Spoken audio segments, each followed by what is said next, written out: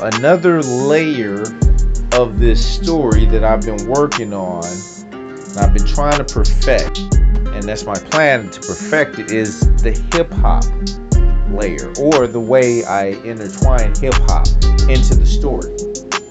Now, why would I do that? Why is hip-hop so significant? For a few reasons.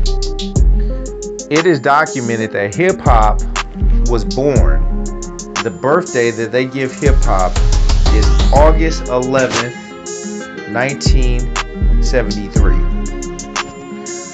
August 11, 1973, Sedgwick, I think it was 1520 Sedgwick Avenue in the Bronx, New York. By all accounts and scholarly documentation, hip-hop, that is the birth date and the birthplace of hip-hop. So we give props. I grew up on hip-hop. I remember when hip-hop, it didn't even have a name, but it eventually became hip-hop because that song, hip-hop, a hip to the hip-hop, and you don't stop or rock it to the bang-bang boogie. Sugar Hill Gang, they dropped in 1979. That was significant, and that was a turning point in hip-hop. So anyway, hip-hop is significant in this story because obviously I've talked about the fact that this is a spiritual, it's a fantasy sci-fi, but it's a metaphysical, spiritual, paranormal, supernatural type it will be a flick, but a story. And August 11th is also the date of the last solar eclipse. The worldliness that's going on, the crap that's going on, even though hip-hop is infected right now, there's still some elements that are pure, and at the root, hip-hop is pure. It was born out of the struggle of black people as an extension of the civil rights struggle and the black power movement. So the fact I want to intertwine hip-hop in, because I was fortunate enough to be born in a time when I was able to see hip-hop from the very beginning. I didn't know what I was listening to. I would go to family functions. I had young uncles and aunts who, if I was like 8, they were like, 16, 17, 18, 19. So, they would listen to whatever was hip back then, whether it was Sugar Hill Gang or Grandmaster Flash and the Furious 5. Don't push me, cause I'm close to the edge. I remember hearing that stuff, or whether it was the double Dutch bus coming down the street. I didn't know what it was called, but I just remember listening to it. So that was the first, not the first music, because obviously I remember one in the 70s vaguely, but my mother used to she would listen to what was hot in the 70s, the OJs and the Whispers and Peaches and Herbs and Minnie Riperton and Stevie Wonder and Bobby Womack and Donny Hathaway and Roberta Flack and Shaka Khan and I said Minnie Riperton. What is her name? Donna Summers. So I remember all that stuff too. But hip hop was the first music that I considered mine. So the first time I realized that it was rap music and hip hop was probably like Run DMC. It's like that, and that's the way it is. So that was probably like 83. I was like 12. That's when I was realized, oh, this is called rap music. Okay.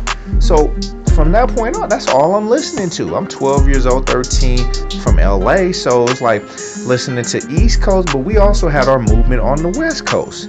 And I love poetry. I love lyrics. I love, the music too, but I love more lyrics. I was always, as a young man, as a kid, I was always more into the poetry or the lyrics of it. So I love East Coast rap. Even though I would give my props to where I'm from too. So we would listen to stuff like the Batarang, doom doom doom, You can't stop it, baby. The Batarang. So, we would also listen to like King T. I'm finna act a fool. We would listen. This was all before NWA and then King T and Ice T, where they were like contemporaries. 6 in the morning, police at my door. Fresh Adidas squeak across the bathroom floor. So, LA, we had our own movement out here. We had the first all rap format radio station before New York, I believe. You can correct me if I'm wrong, but I believe that's true. K-Day. I remember listening to K-Day. Well, actually, I found out my mother told me she listened to K-Day in the 60s and 70s. They weren't playing rap, they were playing like Motown. So K-Day was a community black station in LA going back to the 60s, maybe even before that. But at least the 60s. So when rap music started, K-Day was on board. Unlike KJLA's, that's a different story. They was a family, owned by Stevie Wonder, much respect, but they was the Ice-T even said, he was like, KJLH, you ain't about nothing. You just a bunch of black bourgeois suckers. He straight up called them out like in 1990 or something, or 80. Yeah, it was like 90, 91. So, anyway, I grew up on hip-hop.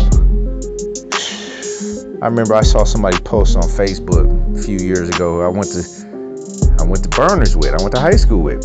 And he was like a year younger than me, but he said, now I remember this era. He said, when I was in high school growing up in LA, if you didn't know Lottie Dottie, all the words of Lottie Dottie verbatim, you was a sucker. So, and I was like, yeah, that's pretty much it. Because, I didn't look at you like a sucker, but I just assumed you knew all the words of Lottie Dottie. Lottie Dottie was a classic. We used to rap Lottie Dottie. No, Lottie Dottie is a hip-hop classic. No music. Just Dougie Fresh beatboxing, Slick Rick rapping. So I appreciate the fact that I grew up on hip hop in the 80s and the 90s, and in my opinion, the best hip hop was the 90s. The best hip hop came out of the 90s. Point blank. To me, like it's not even close. Because the era of the 90s, it was kind of like a little reminiscing, or not the Black Power movement, because we weren't like Black Panthers and we weren't like having shootouts with the cops or nothing, but we were conscious, so it was like a rebirth. One of the greatest hip hop albums ever is By All Means Necessary by Boogie Down Productions. KRS-One dropped 1988. I listened to that whole album earlier because I was doing the other recording and I mentioned something about KRS-One, but then I was like, oh, let me listen to that. Let me get it right. Let me get that lyric right. That album is a classic. Real hip hop. And KRS-One, he was even showing back then he was more than just a rapper. He had, at the age of 22, it was the second album. He was wise well beyond his years. I'm talking about the wisdom of like a 90-year-old. Like he's giving information that, I was maybe 17 or going on 17, like 16. I was driving, had a job and all that stuff. But I'm listening to his albums and I'm like, oh, that world exists? He's talking about illegal business controls America, cocaine business controls America, ganja business controls America. And I'm like, it does? So he said, don't get me wrong, America's a great place to live, but listen to the knowledge I give. So we were listening to that kind of stuff back in high school. I don't know nothing about this mumble rap. I've heard it, but I'm not that target market and I'm not that demographics, but I'm so glad I grew up on real hip hop. I grew up on hip hop from the birth, or not from the birth, because hip hop was founded in 73. You know, I didn't, like I had gone through the timeline, I didn't know it was called hip hop or rap. It didn't have a name really, but I didn't identify it as rap until I was like 12 and shit, you know, in 1983 when Run DMC dropped. And they was like really the first rap superstars. You know, Curtis Blow was big before them, but I think they were the first ones to go with. Maybe they went platinum, but they set some kind of milestone, first rappers to do it. And I think Eric B and Rakim, they were the first rapper or group to sign $1 million contract. And that was probably like 86. So anyway, the point is, in this story, tying in the story, hip hop has a lot of virtues, even though it's negative today.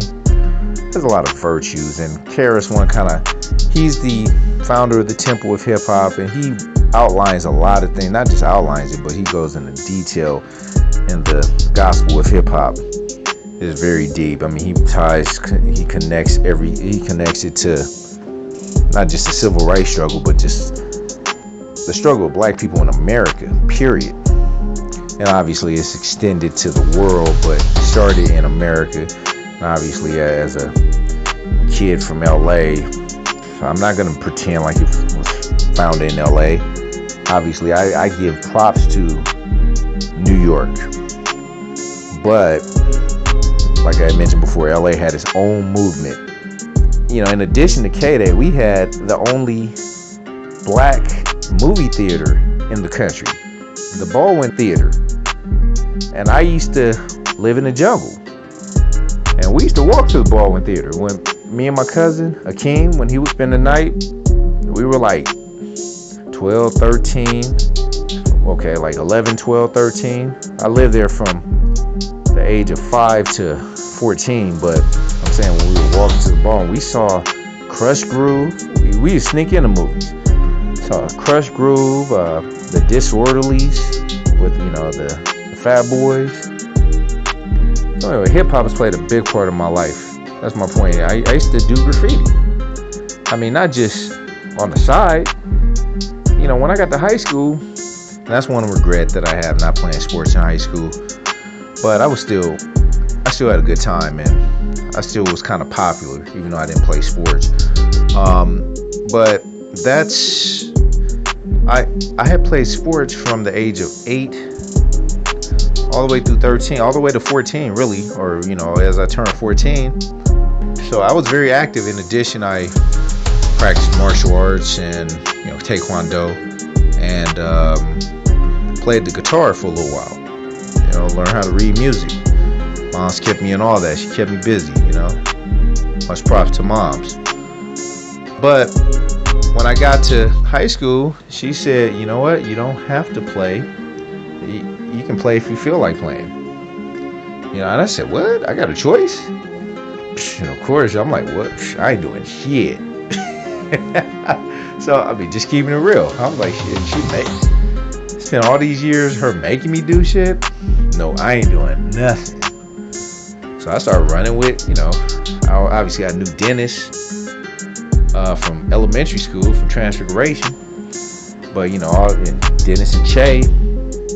But, you know, got the Burners, and, you know, met a bunch of other cats, including Mike, Cornell. It was a few other cats. It was like, we used to run in a crew, like a dozen of us. I mean, that crew would fluctuate. It would be anywhere from like 7 to like 12 or 13. Cats just roaming together like a pack of dogs. So instead of playing sports, because none of us played sports, we after school, our extracurricular activity was tagging on buses. But it was just more than about graffiti and vandalism, because we did that too. We did plenty of vandalism. As a matter of fact, our crew, we used to ride the RTD bus. Back then it was called Rapid Transit District, before they changed it and it became Metro. It was the RTD. So the name of our crew was RTD, Ride to Destroy. And that's clever play on words, and we definitely did that. We rode the bus, and by the time we got off the back of the bus, and we used to always say, man, black folks fought, went to prison, even died to ride the front of the bus. We refused to get on the front of the bus. We jump on the bus, we go straight to the back. But that was our choice. As long as we got a choice. Just like if you don't have to vote as a black man, because our people always would try to make you feel uncomfortable if you tell them you're not into politics. It's all bullshit, really. As I mentioned in my recording before, about the elections of George Bush and Donald Trump, who were selected by the Electoral College instead of elected by the popular vote. I've had a white chick when I was working at AOL. I was like, man, I don't vote. I don't believe in none of these people. And she was like, you should vote. People died for the right for you to vote. And I'm like, wait a minute. I'm looking at her like, you're a white chick. What you gonna tell me about my people? Like, I didn't even respond to her. But in my mind, I'm thinking like, chick, first of all, okay, don't be putting, it'd be one thing if a black person gave me that guilt trip. I would still let them know how I felt. But you have no right to say shit to me. But I was thinking in my mind, no, my people died. My people died and went to jail and got beat for the right to have a choice. Not that you have to vote, for the right to have a choice. So I choose not to participate in this bullshit. So anyway, instead of playing sports, we tagged on buses and we used to go on tour to graffiti yards to watch, like kind of Beach Street, on the East Coast. And, Beach Street, them cats would go and tag, but they wouldn't just write their names. They would do that too, but some of these cats, they would put up art, graffiti art. And graffiti art didn't start in the 80s. It didn't start in the, in the 80s.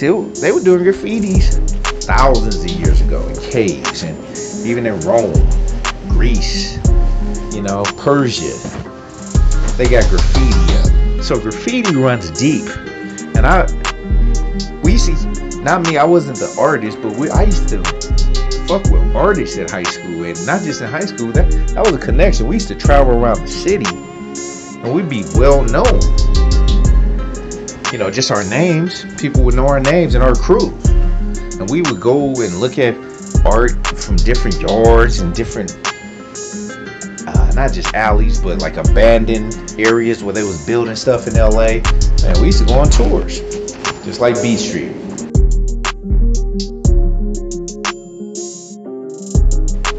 So anyway, I'm gonna leave it there for now. It's been fun. Peace out.